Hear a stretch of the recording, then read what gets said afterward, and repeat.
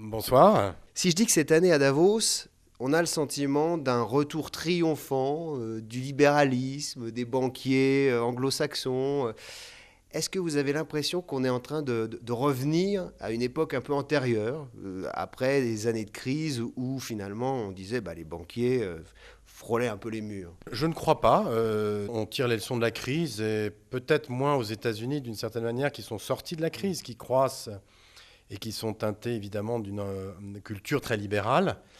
Mais en tout cas en Europe, les réglementations sont en cours et nous avons changé définitivement nos modèles et nos pratiques. Donc ce n'est pas du tout le retour à l'ancienne. Vu d'ici à Davos, on a un peu le sentiment, puisqu'on parle de l'Europe, qu'il y a deux Europes en fait. Il y a les valides, Royaume-Uni, vous avez l'Allemagne évidemment, vous avez les convalescents, Espagne, Italie, des avis plutôt positifs sur ces pays-là, puis vous avez la France, et on ne sait pas trop où la placer. Moi, je crois qu'il faut se garder de trop vouloir mettre dans des catégories. C'est vrai qu'on a trois grands pays, l'Espagne, la France et l'Italie, qui partagent certains éléments en commun, qui ont d'autres différences. Chacun de ces pays fait face à encore des défis en matière de finances publiques, a des dettes publiques relativement élevées, donc doit continuer les efforts. C'est vrai que l'Espagne a fait énormément, et donc on a une forme d'amélioration, mais partant d'un point très bas. L'Italie sort un peu la tête de l'eau, mais il y a encore à faire. Et puis la France, c'est un peu pareil, c'est une amélioration, mais qui va prendre du temps. Et c'est là où, effectivement, si le président de la République, le gouvernement mettent en place ce qu'ils ont annoncé, évidemment, c'est de nature à redonner confiance et à accélérer la croissance que l'on attend encore nous-mêmes relativement modeste cette année. Et alors le banquier qui regarde le business plan du président de la République pour les 3 ans qui viennent, vous vous dites plus de 50 milliards d'économies à faire sur l'État, les collectivités locales, on ne refait pas tout le programme de François Hollande et de ses voeux.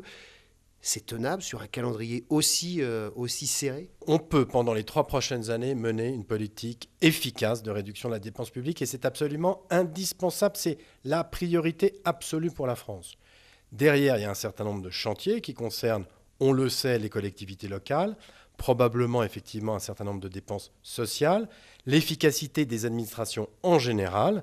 Nous devons faire cet effort pour plus de simplification, éviter des choses qui ne sont pas directement utiles à l'économie, pour libérer de l'énergie à tous les acteurs, que ce soit les entreprises ou les particuliers. Il faut arrêter d'opposer entreprises et particuliers, ça n'a aucun sens. Les particuliers sont des salariés de la plupart du temps des entreprises.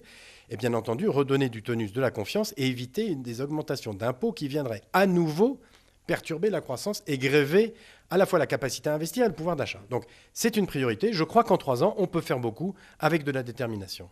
Vous la sentez, cette détermination? Écoutez, en tout cas, je note le changement de ton. Voilà. Et vous savez, comme nous, directeurs généraux de grandes entreprises, on a une stratégie, on a un business plan. Et comme vous dites, il faut faire, il faut exécuter. Et nous sommes jugés in fine sur la manière dont on le fait, le met en place.